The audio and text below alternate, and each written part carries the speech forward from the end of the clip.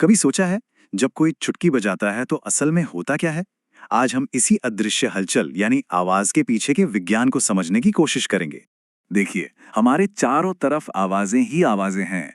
Music, लोगों की बातें, गाड़ियों का शोर। पर ये ध्वनि है क्या चीज? क्या ये सिर्फ हवा में उठती कुछ लहरें हैं या मामला इससे कुछ ज्यादा गहरा है? चलिए इसी सवाल का जवाब ढूंढते हैं। हर आवाज, चाहे वो एक हल्की सी फुसफुसाहट हो या कोई जोरदार धमाका, उसकी शुरुआत एक बहुत ही मामूली सी चीज से होती है, एक कंपन से। तो मतलब कोई भी आवाज, छोटी हो या बड़ी, उसकी जड़ में एक ही चीज है, कंपन। जैसे मैं अभी बोल रहा हूं या कोई गिटार के तार छेड़ता है, तो होता क्या है? बस एक तेज आगे पीछे की हलचल। और यही हलचल साउंड एनर्जी पैदा करती है। ठीक है, तो एक कंपन तो हो गया, पर ये हम तक पहुंचता कैसे है? मतलब ये हमारे कानों तक पहुंचकर आवाज कैसे बन जाता है? इसकी कहानी ना एक मजेदार रिले रेस जैसी है।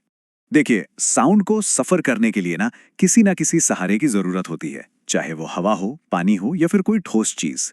इसी सहारे को कहते हैं माध्यम। और यही वजह है कि स्पेस में जहां हवा नहीं है, वहां कोई आवाज भी नहीं होती, क्योंकि उस एनर्जी को आगे बढ़ाने के लिए वहां कुछ है ही नहीं।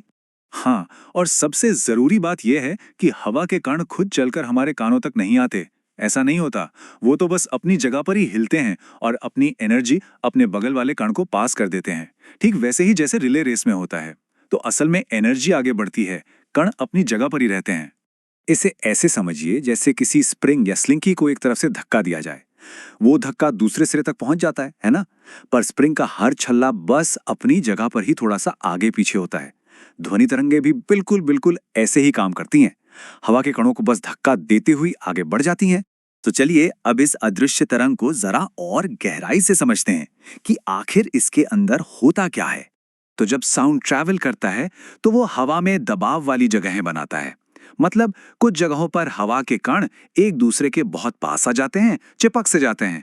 इसे कहते हैं संपीड़न या कंप्रेशन। और कुछ जगहों पर वो एक दूसरे से दूर दूर फैल जाते हैं। इसे कहते हैं विरलन या रेयरफैक्शन। वेवलेंथ या तरंग दैर्घ्य का मतलब है दो पास पास वाले कंप्रेशन या दो पास पास वाले रेयरफैक्शन के बीच की दूरी।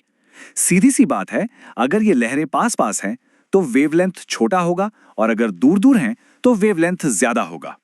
अब आती है फ्रीक्वेंसी या आवृत्ति। इसका मतलब है कि साउंड का सोर्स कितनी तेजी से कंपन कर रहा है। मतलब एक सेकंड में कितनी बार आगे पीछे हो रहा है। इसे हर्ट्ज में नापते हैं। जितनी ज्यादा कंपन उतनी ज्यादा फ्रीक्वेंसी। और फिर है एम्पलीट्यूड यानी आयाम। ये हमें बताता है कि वो जो दबाव बन रहा है वो कितना ज्यादा है। जितना बड़ा एम्पलीट्यूड, तरंग में उतनी ही ज्यादा एनर्जी होती है, उतनी ही ताकत होती है। तो ये तो हो गई तरंग की बनावट की बात, पर सवाल ये है कि इन सब चीजों का हमारी सुनने की काबिलियत से क्या लेना देना है। चलिए अब इसे समझते हैं। इसका कनेक्शन ना बिल्कुल सीधा है। किसी आवाज की पिच, मतलब वो आवाज कितनी पतली है या कितनी मोटी, ये तय होता है उसकी फ्रीक्वेंसी से। और आवाज कितनी तेज या धीमी होगी, ये तय होता है उसके एम्पलीट्यूड से। यहां देखिए, बाईं तरफ जो वेव है वो पास पास है, मतलब हाई फ्रीक्वेंसी। तो आवाज की पिच भी हाई होगी, यानी आवाज पतली होगी। और दाईं तरफ देखिए, वेव की ऊंचाई कितनी ज्यादा है, मतलब हाई एम्पलीट्यूड। तो आवाज भी तेज होगी, लाउड होगी। अक्सर ऐसा होता है ना कि आसमान में बिजली पहले चमकती है और उसके गरजने की आवाज थोड़ी देर बाद आती है। इससे ये तो साफ है कि आवाज की अपनी एक रफ्तार है। पर सवाल ये है कि साइंटिस्ट्स ने इसकी सटीक रफ्तार पता कैसे लगाई। इसकी कोशिश सबसे पहले की थी महान वैज्ञानिक सर आइजैक न्यूटन ने। उनका मानना था कि जब साउंड हवा से गुजरता है तो हवा का तापमान बदलता नहीं, एक जैसा रहता है। और यह सोचना उस वक्त के हिसाब से काफी लॉजिकल भी था। तो अपनी इसी सोच के आधार पर न्यूटन ने जो कैलकुलेशन की, उसके हिसाब से साउंड की स्पीड आई लगभग 280 मीटर प्रति सेकंड। लेकिन असल में जब स्पीड नापी गई तो वो निकली लगभग 340 मीटर प्रति सेकंड। अब सवाल ये था कि न्यूटन जैसा जीनियस इतनी बड़ी गलती कैसे कर सकता है? ये 15% का फर्क आखिर आया कहां से? यहीं पर एंट्री होती है लाप्लास की। उन्होंने एक बहुत जरूरी बात पकड़ी। उन्होंने कहा कि ये जो कंप्रेशन और रेयरफैक्शन है, ये इतने तेजी से होते हैं कि जब हवा दबती है तो वो गर्म हो जाती है, और जब फैलती है तो ठंडी हो जाती है, मतलब तापमान स्थिर नहीं रहता। गर्मी को बाहर निकलने का टाइम ही नहीं मिलता। और लाप्लास के बस इस एक सुधार ने सारी कहानी बदल दी। जब इस गर्म और ठंडे होने वाले फैक्टर को कैलकुलेशन में शामिल किया गया, तो नतीजा आया लगभग 330 मीटर प्रति सेकंड, जो कि असल स्पीड के बहुत बहुत ज्यादा करीब था। तो चाहे वो किसी की आवाज हो, गाड़ी का हॉर्न हो या गिटार की धुन, हर आवाज असल में बस एक कंपन है जो एक माध्यम से सफर कर रही है।